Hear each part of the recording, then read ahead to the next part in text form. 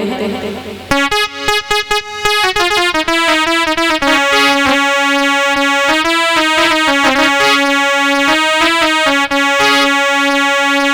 सभी भक्त ताली बजा करके बोलेंगे कि अब कहाँ मन मानी कर बाबो रे मेरे नाथ द्वारिका वाले। अब कहाँ मन मानी कर बाबो रे मेरे नाथ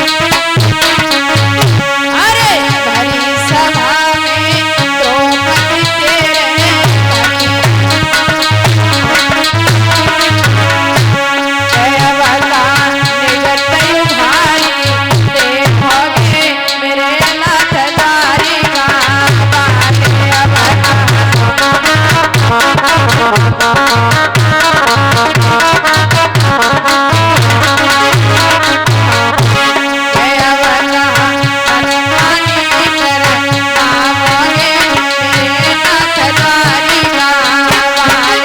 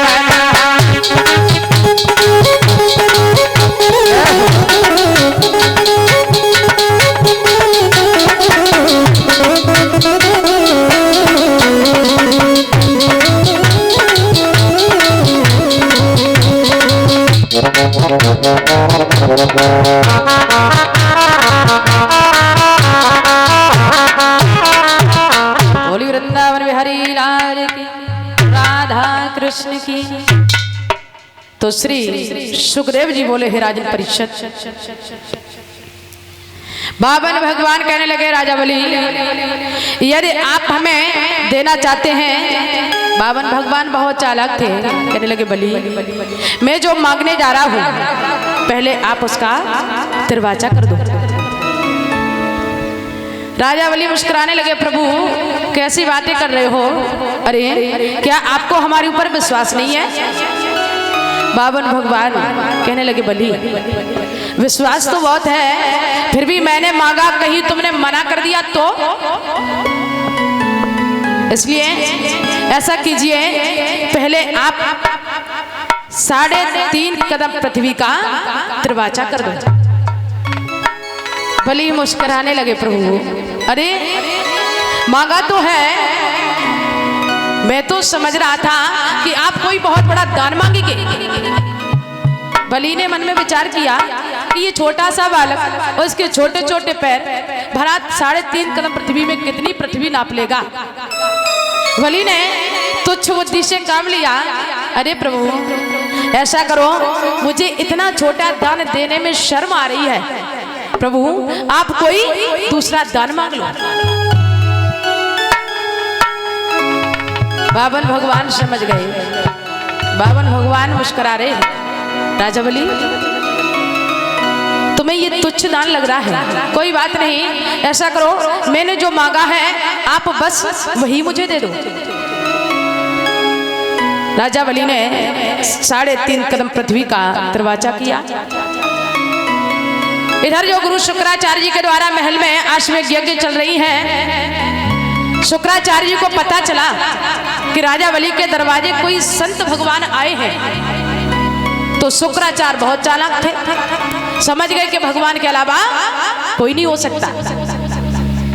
शुक्राचार्य जी झट से यज्ञ तो वहीं छोड़ी, उठ करके दरवाजे पर पहुंचे हैं तो क्या देखा कि बड़ा सुंदर स्वरूप है, बड़ा सुंदर चेहरा है, मस्तक पर तिलक है, हाथ में कमंडल है, बड़ी बड़ी जटाएं हैं, चेहरा बड़ा सुशोभित हो रहा है। लेकिन जब राजा बलि ने प्रभु के सामने खड़े हैं, शुक्राचार्य ने इशारा देकर के बलि को पास में बुलाया, इधर आइए।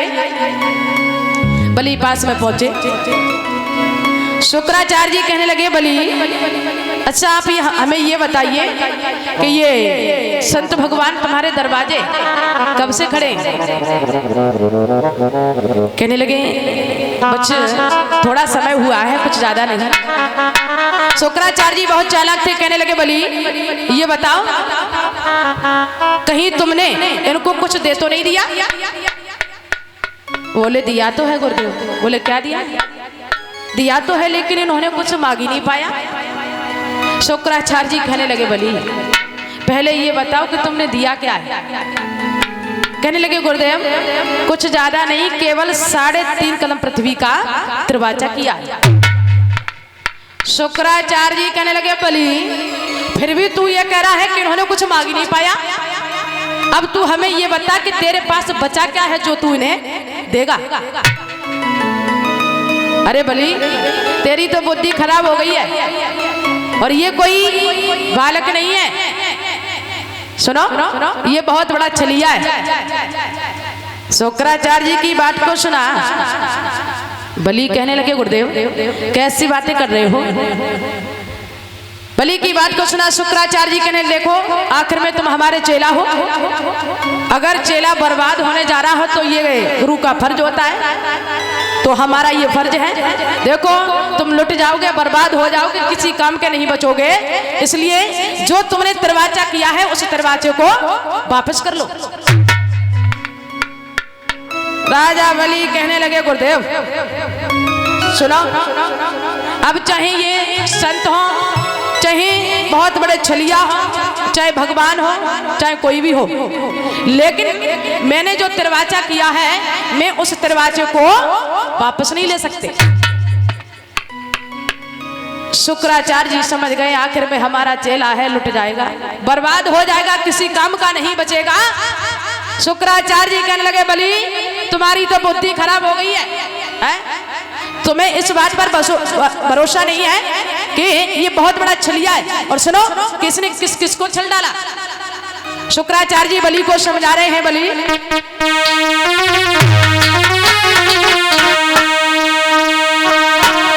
चेला कोई समझावे,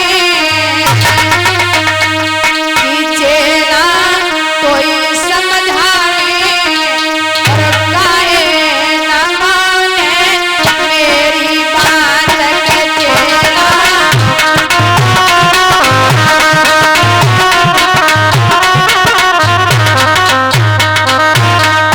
शुक्राचार्य बोले सुनो बलि कितना बड़े छलिया है, अरे मेरा सको जाने मारो नरसिंह रूप धरी जाई छलिया ने।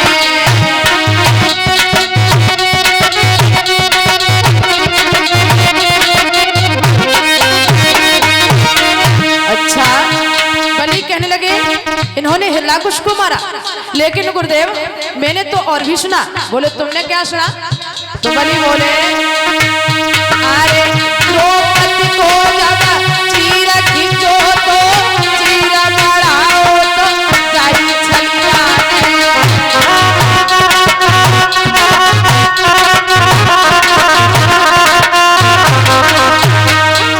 शंकराचार्य को क्रोध आने लगा। बलि इसका मतलब तू हमारी बात का उल्लंघन कर रहा है? हमारी बात पर विश्वास नहीं है? और सुनो, इसने हिरण्याकुश को मारा, अगर इस बात पर भी भरोसा नहीं तो और सुनो। अरे भस्मासुर को भस्म करो तो नारी मन की जाई छलिया।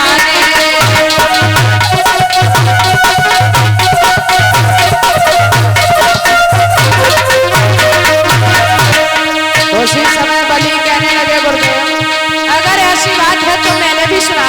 बोले तुमने क्या सुना? अरे प्रभु प्रहलाद अजामिल तारे गुरुजी देखो जाई छलिया।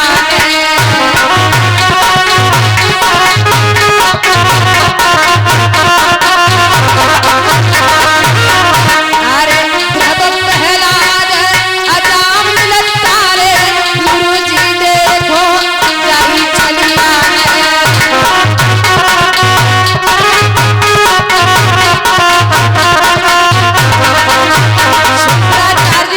बलि अगर तुमको इस बात पर विश्वास नहीं किसने हिरण्याकुश को मारा, भस्मासुर को भस्म किया, तो और सुनो।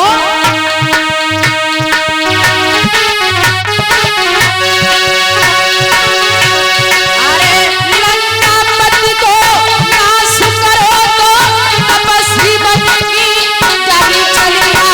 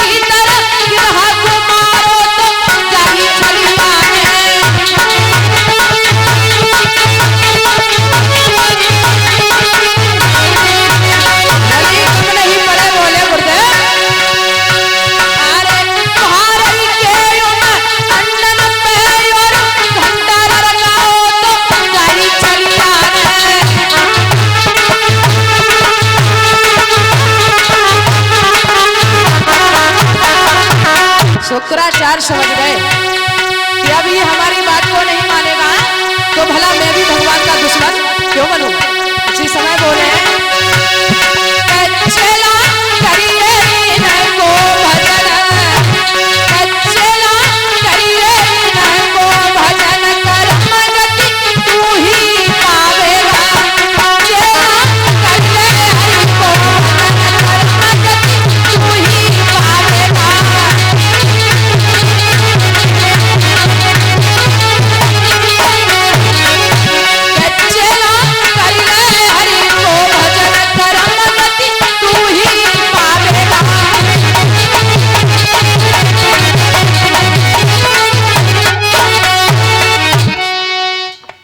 शुक्राचार्य जी ने बलि को बहुत समझाया लेकिन बलि ने एक भी बात नहीं मानी।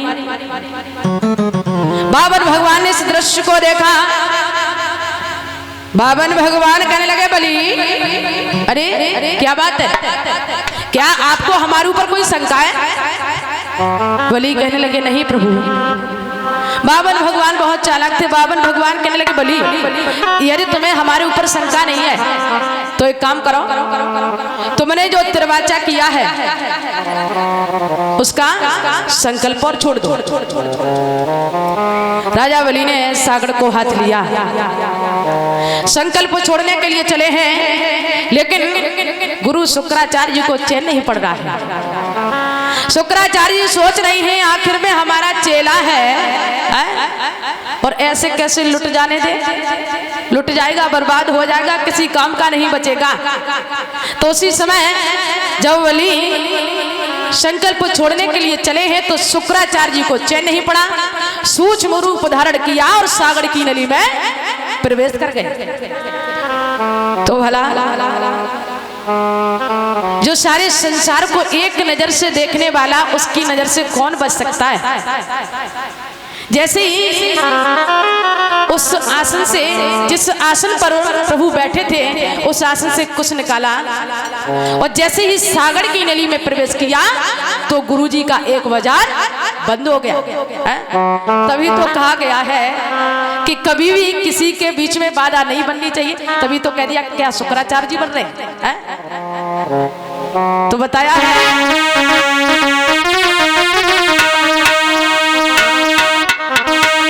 कोई ले तो हतो, कोई ले तो हतो, कोई ले तो हतो, कोई ले तो हतो, और गुरने लैया के फुड़ाई,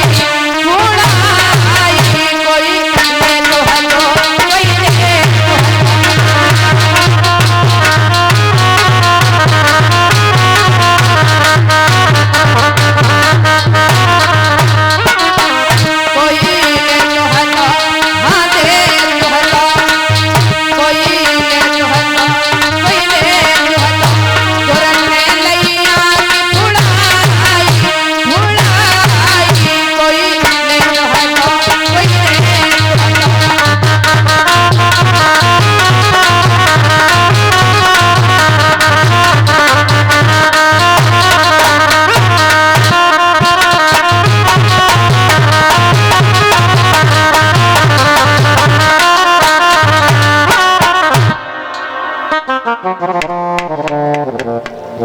इसी के साथ में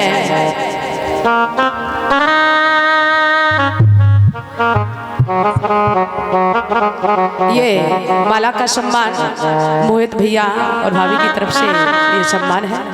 तो प्रभु से, ठाकुर जी से हमारी प्रार्थना है, आराधना है कि हमेशा यूं ही धर्म के रास्ते पर आगे बढ़ते रहें, यही प्रभु से कामना है। बोली वृंदावन बिहारी लाल की।